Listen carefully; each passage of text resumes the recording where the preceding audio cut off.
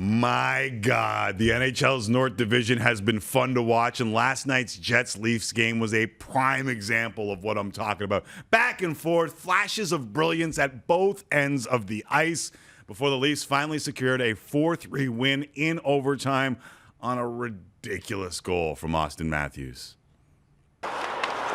Another pass in front of the goal. Down is Anderson. Riley's got the new stick, and he's back at center ice. How is that not a penalty? Pass to Matthews. Closes. Score! Holy mackerel! They win it in overtime. His NHL leading 21st helped the Leafs avoid getting hellebucked. Again, I mean that too. Not just because he's coming on the show. It was a ridiculous goal. The move, the fake to get the best goalie on planet Earth. Yeah, I said it. Connor Hellebuck is the best goalie on planet Earth right now. Even crazier, I'm saying that about a guy who I know ranks 25th in the NHL in goals against average and has a .911 save percentage. But if you watched last night, he was the best player on the ice again. That's what makes the Matthews goal even better. End of a long shift, tons of scramble in their own zone after Morgan Riley's stick was blown up. Then Matthews gets the sauce from Riley, the fake pass or shot, I don't even know what it was, to get the best goalie on planet Earth to bite, then backhand pepper short side roof, which if you know me at all, my favorite goal scorer's goal, short side roof. And the rest he had, it was just unbelievable. He had the room because of the fake off the top, then the hands to pull off something like that. That's the kind of goal that gets other elite players to shake their head. Just an incredible goal by Mats. Was so fast. Just forehand and backhand. Incredible set of hands he's got. Yep. That's as excited as Johnny T gets post-game.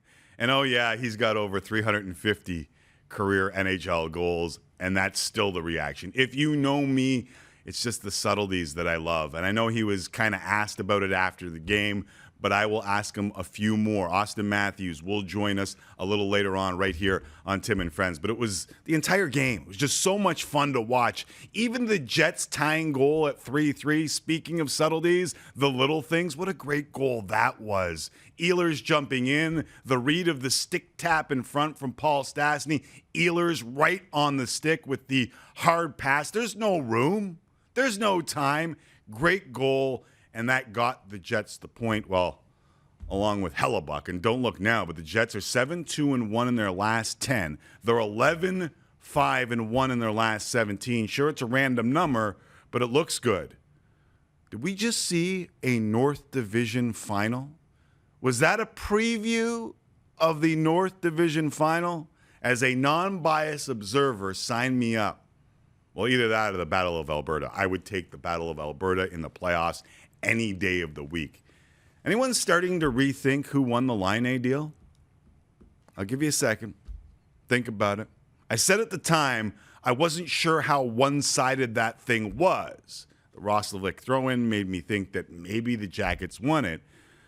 Might be some confirmation bias here, and we'll wait on it. But Winnipeg fans, you guys got to be feeling a little bit better about that deal now, no? Like the way Line A has played in Columbus and the way that we've seen Pierre-Luc Dubois make that top six even better. Hell, Line A was benched again last night with a goal and assist, no less. He was benched again last night.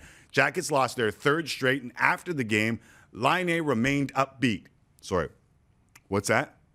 He looked like Sid Sixero after being told that the all-you-can-eat buffet was salad? Oh. By my count, I didn't see you the final 7 minutes of the game. Are you surprised that the bench was shortened and you weren't part of the game after that? Yeah, we got scored on a couple times, but, I think the first two, if you take out the one play where the puck was bouncing a little bit and couldn't get it out and they end up scoring, I thought I was playing good, but I guess I thought wrong. How long does that last in Columbus? Like, that does not look like a guy who wants to re-sign there, does it? Remember when I told you when he was dealt that he was going to see the difference between playing with Scheifele, Ehlers, Stastny, Connor, Wheeler, and Columbus, right? Is John Tortorella really going to win this battle? These are all rhetorical questions that nobody is answering, which I know is kind of annoying. But Jesse is reading your tweets. Love to hear those answers from you. I can't help but think of Tort's future and the Flames bringing in Daryl Sutter to take over in Calgary. I mean, my guy got his systems in place faster than you can say Huck and Lube. Like, I don't know what's more amazing that in Sutter's first game, the Flames limit the Habs to 18 shots on goal, or even after winning his debut, Sutter's focus was on practice. That's right. He's talking about practice. Thanks very much, Daryl, and we'll reconvene tomorrow after practice. We practice at noon, right? Yeah, Noon? believe it. What a perfect end to his first post-game presser. Here's the deal. I hate the way Sutter coaches the game. As a fan that just watched the Leafs and Jets, and it got me admittedly more excited than an 18-year-old young man in Montreal for the first time. Watching the Flames and Habs was less than ideal after all that in the Jets and Leafs, but Sutter's not paid to entertain me. He's paid to win hockey games, and that might just be the best way the Flames upset the apple cart in the North. Think about this. Sutter brings that style to a run-and-gun North that is still the highest scoring division in all of hockey. Just might work, especially with Jacob Markstrom. Mika Kiprasov's on line 1, Johnny Quick's on line 2. Daryl knows something about all that. So Daryl, do your thing.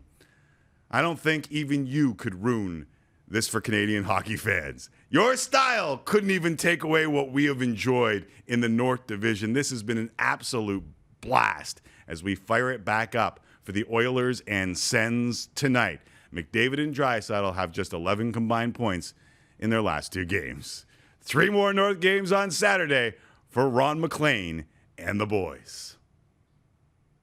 You know, there was a line in that song, My Hometown, called Foreman Says These Jobs Are Going, Boys, and we don't know if they're coming back. And we didn't know if Daryl was coming back, but he is. And maybe that song's called Unfinished Business. Scott Oak.